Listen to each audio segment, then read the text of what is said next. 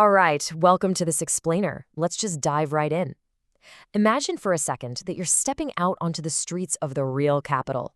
You can literally smell the roasted hops hanging in the air, feel that crisp salt breeze rolling in off the River Lee, and hear that totally unmistakable melodic lilt of the local accent just echoing down the winding alleys. Because, Cork isn't just a place on a map, it's a feeling. So today we're going to explore the incredibly warm and honestly fascinating world of a very special modern literary icon. This is a character whose entire existence is woven straight into those cobblestones, the bustling harbors, and the rich linguistic fabric of one of Ireland's absolutely most beloved regions. We are talking about the published voice of the city, the Corkonian. So before we formally meet our guy, I want you to just think about what a massive creative challenge this is. I mean, what does the heart of a city actually look like? How do you take all that unapologetic attitude, the deep history, and that undeniable swagger of Cork and distill it down into a single character? That's no small feat. It requires this perfect balancing act of grit, immense heart, and of course that legendary razor-sharp Cork wit. How could you possibly capture that vibrant, resilient, and hilarious essence and pour it into a character that readers are actually going to follow and love? Mapping the complex soul of an entire city onto a page is, without a doubt, one of the hardest things any storyteller can attempt. But then you picture him standing out over the iconic St. Patrick's Bridge, just taking in that serene view of the River Lee. This isn't just some generic cartoon character we're talking about. He is the literal, beautifully illustrated embodiment of the city itself. He acts as this quiet guardian, an observer of the everyday happenings. He watches the city wake up. He sees the bustling commuters crossing the water. He anchors the stories of Cork in a way that is instantly recognizable to anyone who has ever walked those historic quays. He breathes actual life into those everyday moments that, honestly, might otherwise just pass us by unnoticed. Okay, Section 1. Meet the Corkonian, a local legend unveiled. So every single piece of his visual identity has been so deliberately crafted to reflect the region. Take what he's literally made of, a matte Cork texture. And why Cork? Well, because it's fiercely local, it's incredibly durable, and it's naturally buoyant. It always rises to the top, kind of just like the people of the city. He's rocking this deep blue fitted suit, which really pops against a heavy, flowing primary red cape and mask. And right on his chest, a bold, golden, circular C emblem. These vibrant primary colors give him this almost superhero-like aesthetic, elevating the everyday local into something mythic and grand. But even with the heroic cape, his expression is always calm, neutral, and deeply grounded. He's just a steady, reliable presence. Really, he's like a statue of a phrase brought to life. When he's standing there proudly in a Barry's t-shirt with his trusty Hurley right by his side, he represents the everyday triumphs, that unshakable resilience, and the mischievous spark of the quintessential Cork man. And let's be real here. Down in the real capital, Barry's tea and a good ash hurley are practically religious artifacts. There's only one acceptable tea down there. Apologies to anyone pouring lions, but Corkonian absolutely knows where his loyalties lie. He is just this beautiful piece of modern folklore, perfectly designed to resonate with anyone who gets the unique, pulsing rhythm of the region. Moving on to Section 2, a storyteller's civic life, from the quays to the pitch.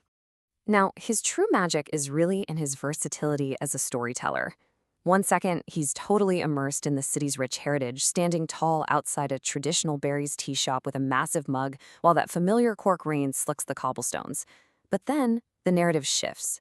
Suddenly, he's out in the quiet suburbs, just having a totally normal, familiar chat with the local residents and the Gardaí. He's equally comfortable taking in the grand, historic touchstones of the city, as he is witnessing those grounded, everyday community moments that actually make up real life. That kind of seamless transition, that is the absolute mark of a masterful civic observer. To really get a feel for him, let's just walk through a typical weekend in his shoes. Friday night rolls around, and his stories might plunge us straight into the thumping bass, the infectious laughter, and the completely bustling nightlife down on Washington Street. Then, come Saturday morning, the whole vibe breathes out. We shift out to the coast for crisp ocean breezes, salty air, and a gorgeous walk near those iconic, colorful houses of Corv. And by Sunday afternoon, well, you can bet everything he's right in the middle of the deafening roar and the sea of red at the stadium for an epic GAA match. He is just deeply, endearingly connected to both the urban electricity of the city center and the sprawling beauty of the county around it. And when he actually hits the pitch at Croke Park, he fully embodies that legendary blood and bandages spirit. You get to see this raw energy unfold step by step. He gains possession, effortlessly solos the Sliotar, collides with the opposition with just pure grit, and then winds up to puck the ball a massive 100 meters straight over the bar. It's dynamic literary action at its absolute finest.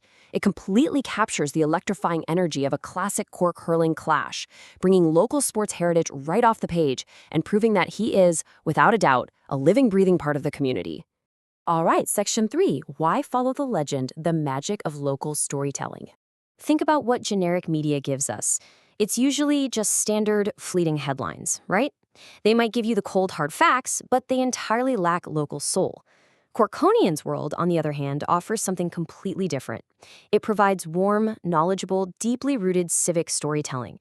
Through his eyes, the news and culture aren't just reported to you, they are felt, they're experienced.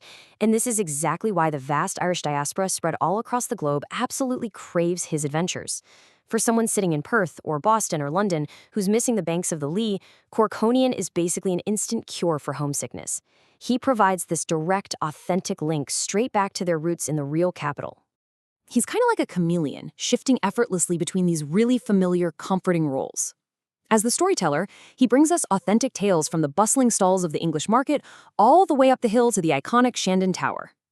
When he steps into the local hero role, it's all about grounded civic pride and that famous, unshakable pork resilience.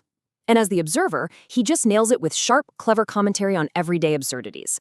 Whether he's playfully complaining about getting all 4 seasons in a single day or venting about the endless traffic on the South Ring Road, he uses humor to give readers a complete, affectionately honest picture of the city.